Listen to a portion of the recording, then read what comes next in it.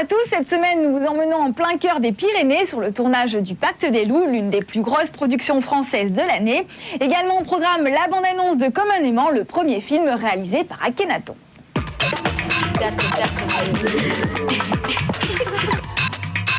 Le Pacte des loups sera sans aucun doute l'un des films événements de la fin de cette année, et cela pour plusieurs raisons. Tout d'abord par l'ampleur du projet, car le Pacte des loups, qui se déroule au milieu du XVIIIe siècle, raconte l'enquête menée par deux hommes pour mettre la main sur la bête du Gévaudan, une mystérieuse créature qui massacra plus d'une centaine de personnes. Ce film sera également un événement, car son réalisateur, le français Christophe Gans, désire renouer avec le cinéma d'action et d'aventure, comme la France n'en produit plus depuis les années 70. Autant dire que Samuel Le Bihan, Marc Dacascos, Émilie Dequesne, primée à Cannes pour Rosetta, Vincent Cassel et Monica Bellucci se retrouvent ainsi sur un tournage des plus épiques.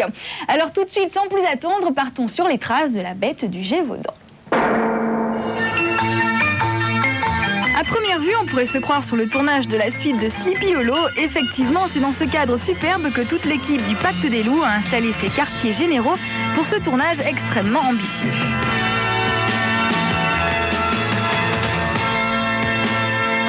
Qui dit reconstitution historique dit forcément costume d'époque, et c'est plusieurs centaines de costumes qu'il a fallu amener au cœur des Pyrénées.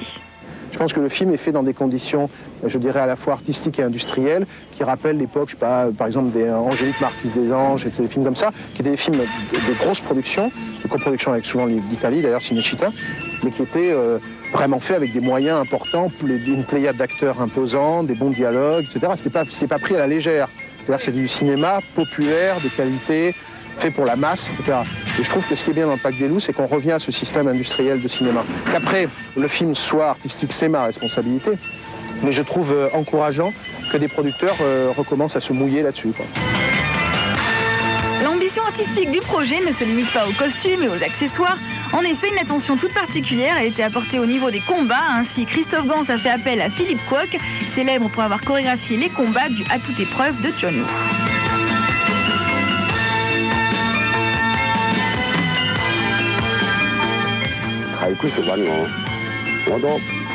C'est Christophe Gans qui est venu me chercher. Même moi, je ne peux pas encore croire que je suis en train de faire un film en France. En fait, mon rêve, c'est d'aller aux États-Unis avec John Woo.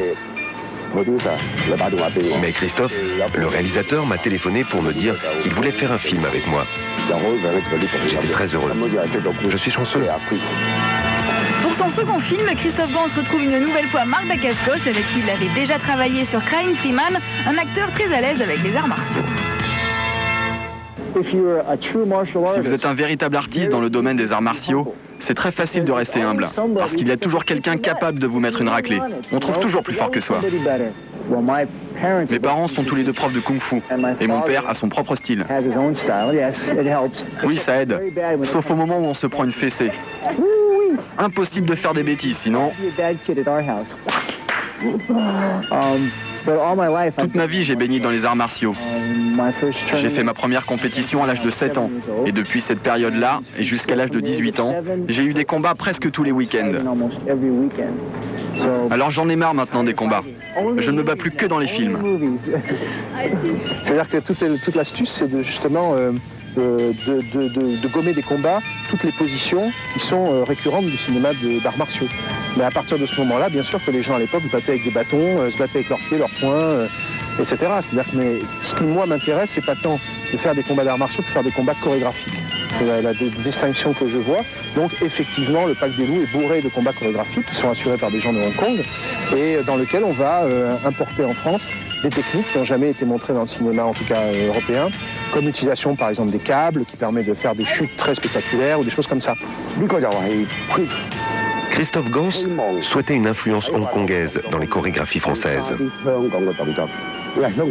Il voulait des mouvements hongkongais parce que les chorégraphies hongkongaises sont beaucoup plus techniques esthétiquement.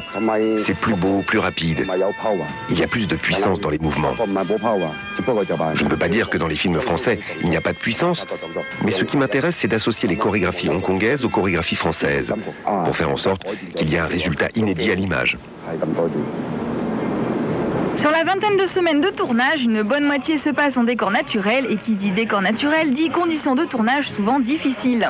Ainsi que ce soit pour les acteurs ou pour l'équipe technique, le travail de chacun dépend en grande partie du temps, ici particulièrement capricieux. On est en train d'essayer de remplir avec ce qu'on peut une journée dévastée par le brouillard. Je sais que l'attaché de presse fait les gros yeux là, en disant ça. Nous avons beaucoup de brouillard aujourd'hui, il était prévu que le temps soit couvert, mais néanmoins clair. Et donc tout ce que nous pouvons faire, c'est faire des... Pourquoi tu m'as caché mon écran? Je l'ouvre, voilà. ça m'a bien. Et donc toujours est-il que nous faisons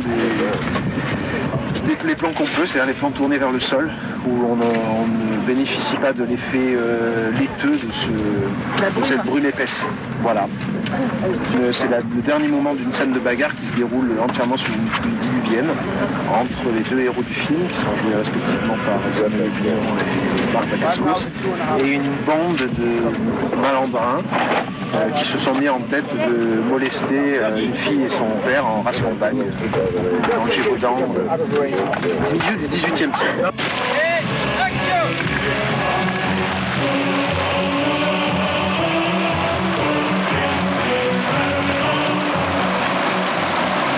Alors moi c'est Grégoire de Fronsac, c'est un naturaliste, un scientifique mais de terrain, qui a pour habitude surtout d'étudier plutôt les animaux, qui était parti en Amérique pour étudier la faune, la flore, qui a malheureusement vécu la guerre contre les Anglais et contre les Indiens surtout, et c'est là qu'il a rencontré Mani, qui est devenu Marc Dacascos, qui est devenu son frère de sang. C'est-à-dire que Grégoire de Fronsac prépare une expédition en Afrique, il rêve de partir en Afrique, et le roi lui demande d'aller en Gévaudan enquêter sur ces meurtres en série. Ce qui m'intéresse, c'est de faire basculer à l'intérieur d'un genre tout ce que moi j'ai pu aimer quand j'étais gosse et que j'allais au cinéma. Et c'est vrai qu'il y avait les western spaghetti, il y a du western spaghetti dans le Pack des loups, il y avait les films de sabre chinois, il y a du cinéma de sabre chinois dans le film, les films d'horreur, etc. Le cinéma italien baroque, qui est largement représenté par ce film. Donc autant de choses que j'essaye de mêler, mais en même temps en essayant de penser que ma vision va homogénéiser l'ensemble. C'est-à-dire qu'on va finalement rentrer dans un univers où tout peut arriver, qui est un univers essentiellement mythologique, donc entièrement recréé. Tout est recréé pour le film. Donc c'est une espèce de... Je crois qu'on le définit nous-mêmes entre nous comme une espèce de conte de fées sombre. Et c'est comme ça, je pense, que le public va l'appréhender. Christophe, c'est quelqu'un qui aime beaucoup l'esthétisme, que ses personnages soient beaux, que la lumière soit belle. C'est vraiment, un peu comme les Américains, je pense, c'est vraiment un des seuls Français, je trouve, qui arrive vraiment à faire des films américains. Quand on voit Frank Freeman, on se dit pas un instant que c'est un film français. Et ça marche d'enfer.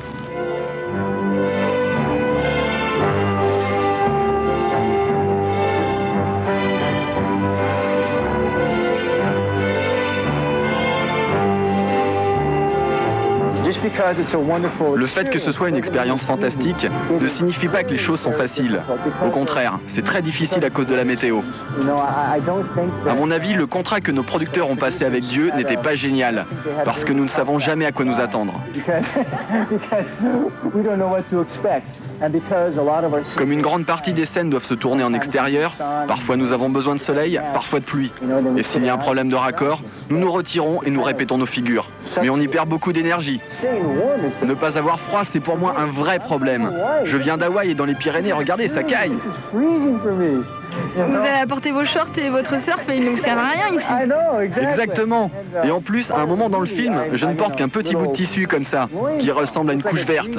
Et je me balade comme ça dans la montagne.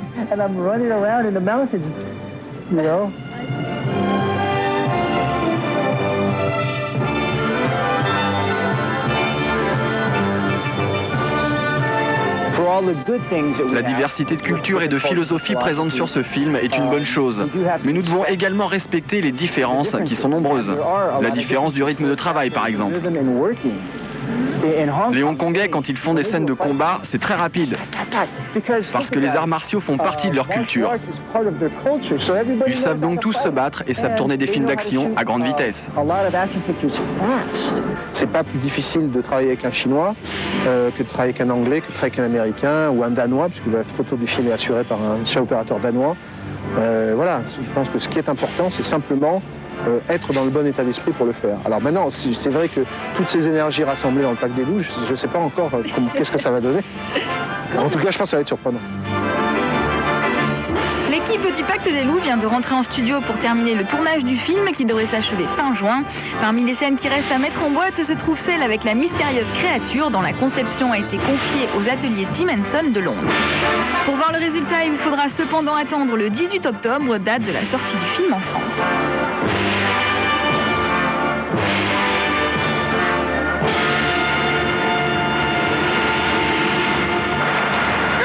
Tout le monde au poil.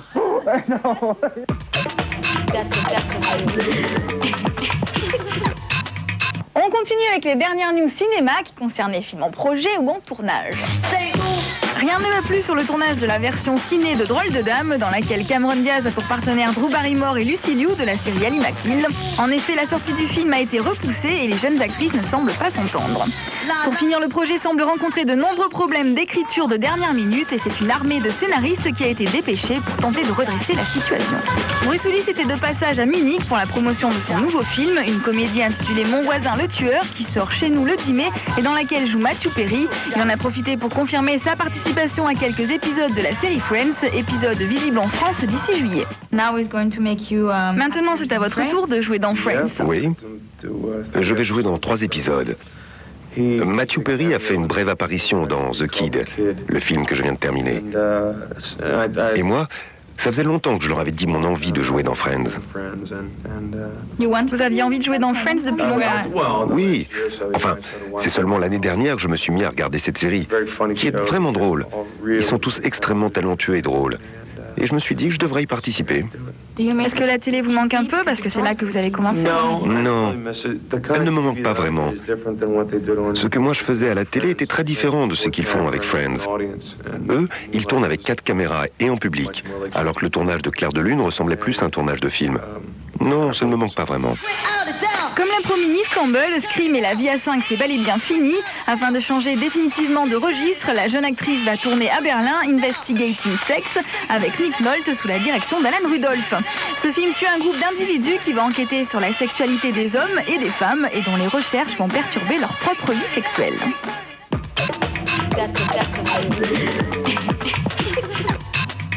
On connaît les acteurs stars, les réalisateurs stars, mais on connaît peu les scénaristes stars.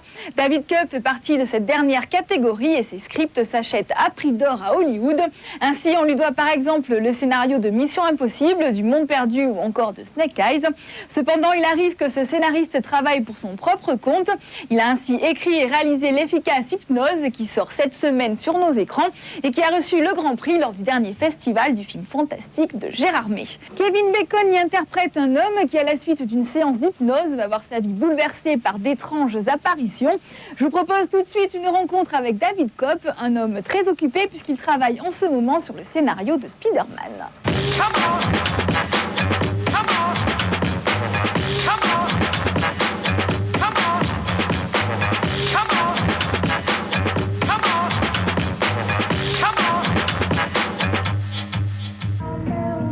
Somebody turn out the lights. Oh yeah.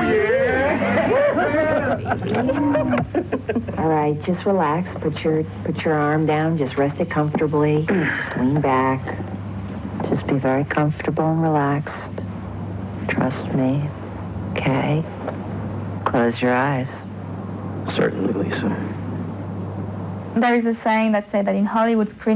dit qu'à Hollywood, les scénaristes n'ont pas assez de pouvoir. Est-ce que c'est vrai? Absolument. On dit qu'ils sont les derniers à être consultés, on prend leur scénario et puis ciao. Ça se passe réellement comme ça? Oui, c'est vrai. Nous sommes comme des prostituées. On veut bien coucher avec nous, mais jamais nous embrasser. C'est vrai qu'à Hollywood, une des raisons pour lesquelles les studios payent bien les scénaristes, c'est pour qu'on se taise.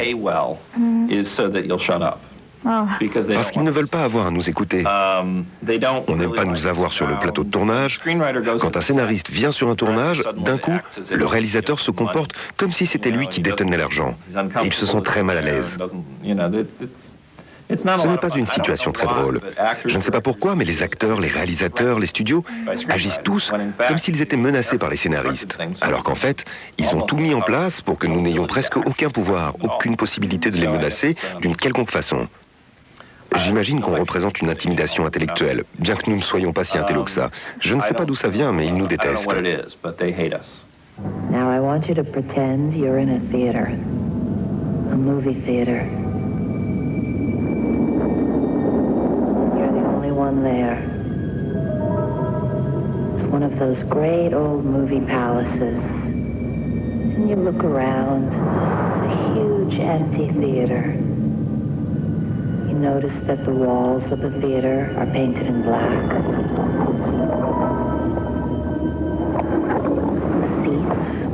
Covered in black. Toute la théorie du cinéma d'auteur est un produit des cahiers du cinéma. Et le cinéma français des années 60 n'a pas vraiment aidé à faire avancer la cause des scénaristes. L'idée que l'auteur d'un film doit être son réalisateur est assez insultante pour la plupart d'entre nous, d'autant plus qu'elle est fausse.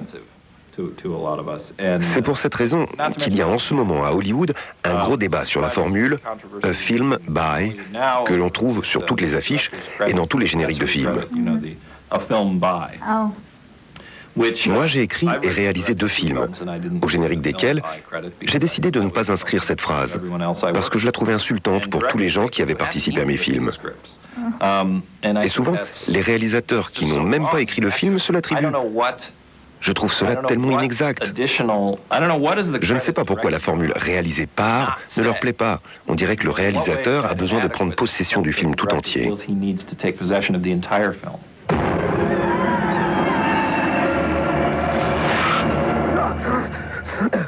the hell was that?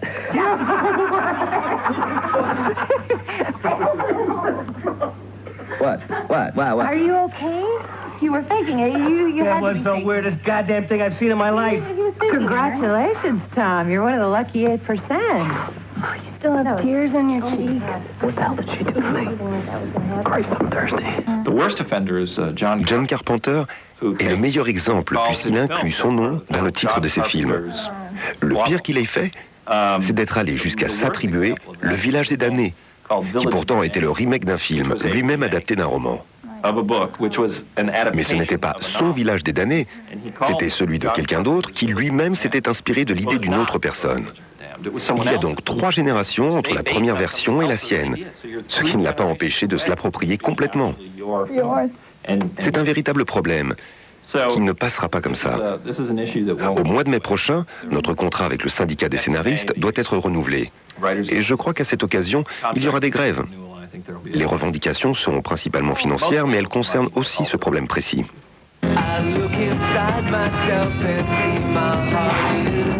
You can't stop it. You can't slow it down. You can't even figure it out. No! Whatever door you open in my mind, I want you to shut But Spielberg gave you, Steven Spielberg vous a fait travailler sur un tournage dans la 2e équipe du Monde Perdu, je crois. Oui, j'étais réalisateur de la 2e équipe. Et j'ai aussi travaillé pendant 2 semaines dans la première équipe. C'est une histoire un peu compliquée. Sur les 2 mois de tournage, Steven Spielberg devait être à New York 1 semaine par mois. J'ai donc dû prendre sa place. C'était très bizarre, parce que nous avions 3 moniteurs, pour qu'il puisse suivre notre travail pendant son absence, depuis son appartement de New York. Sur un moniteur, on voyait son bureau, qui en général était vide, mais on le voyait quelquefois assis derrière. Le 2e moniteur montrait ce que la caméra était en train de filmer. Et le 3e, moi. J'avais une caméra braquée sur moi comme ça. Un peu comme celle-ci. Vous aviez une webcam? C'était il y a 2 ou 3 ans. Nous n'avions pas encore de webcam, mais des trucs en fibre optique. Et lui, à New York, avait la même installation. Sur le plateau, on mettait donc une prise en place, on l'appelait pour qu'il vienne jeter un coup d'œil. Il regardait puis il disait « C'est bien, mais si vous pouviez faire ceci et bouger cela, etc. » Et alors on pouvait tourner. C'était sympa, plutôt sympa. Sauf que parfois il disait « C'est bien, faites ça, moi je sors dîner. À plus tard. » Il partait et 3 heures après, on le voyait revenir un peu saoul. Et il me disait « Ouais, c'est bien, bon, bah, moi je vais me coucher. » C'était sympa, un peu bizarre, mais sympa. Hypnose, écrit et réalisé par David Kopp, n'est pas sans rappeler le sixième sens. Les amateurs de ce dernier devraient donc apprécier cette variation sur le thème des morts qui s'adresse aux vivants. What's the problem? I see people turn their heads and quickly look away. Like a newborn baby, it just happens every day. Are you afraid of it, Daddy?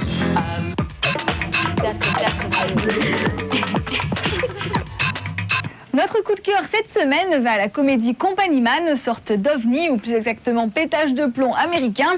Imaginez donc John Turturro, Sigourney Weaver, Woody Allen et bien d'autres nous racontant comment un petit prof serait devenu un agent de la CIA dans les années 60 et aurait ainsi tenté de renverser Fidel Castro. Bien sûr, on nage ici en pleine fiction loufoque, écrite et réalisée par Peter Askin et Douglas McGrath qui lui a déjà travaillé plusieurs fois sur les films de Woody Allen.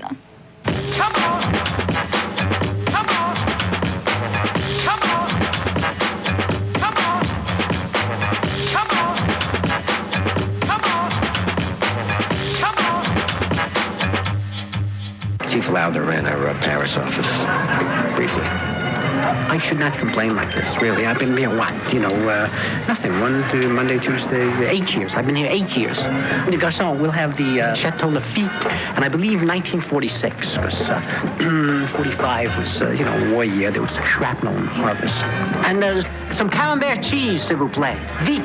Madre, una puta. Yes, your mother has the same problem. Mr. Johnson, your predecessor, for some reason, Johnson was convinced there was a mole in the operation here, and somebody was actually passing secrets to the Soviet Union. Really? Yes. Fry and I refer to him all the time as Agent X. My feeling is, if I find Agent X, I'm out of here. It's my passport to freedom.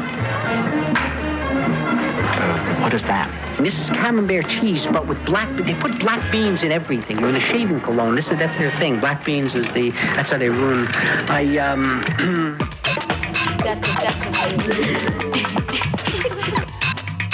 Les classiques du cinéma s'offrent une seconde jeunesse grâce au DVD. Ainsi, les plus grands titres de John Cassavetes, comme Faces ou Une femme sous influence, viennent de sortir dans ce format. Si l'on regrette l'absence de bonus, on ne peut que se réjouir de pouvoir revoir dans une qualité optimale ces classiques du cinéma américain.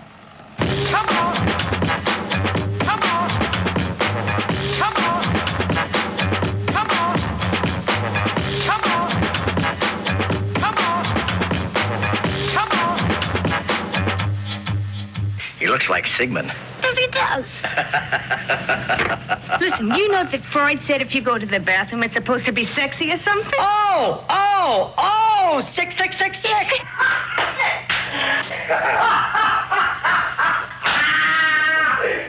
Where are we now? Wait a minute. What the hell are we talking about? Who cares? Yeah, so for a minute or two, we're acting we're having a good time. Who does it hurt? I mean, who makes up the rules anyway? I mean, always play it cool. Always put everybody down. Standing around in the corner looking out the side of your eye to see if anybody's looking at you. Listen, hell, fellas, I'm 28. I'm 23 years old. It's time for me to forget myself, right?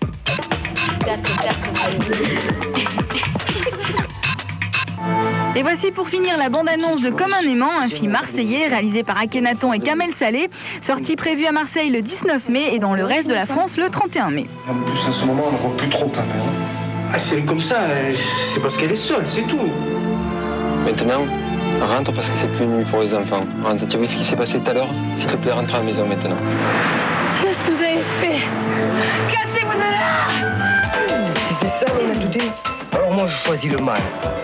Maintenant, enculé de ta mère. Si tu peux me le rendre avant, ça me ferait beaucoup plaisir. Non, mais qu'est-ce que tu comptes faire avec l'argent? T'inquiète, j'y pense toujours à ce que je t'ai dit. Le voyage, je vais nous le payer dans les îles. Tu me dégoûtes, tu me prends vraiment pour une conne. Tu vas voir tes putes, oui. Je veux pas qu'on m'appelle monsieur Hellaniste. Eh ben alors, demande de l'allocation pour adultes handicapés. Ça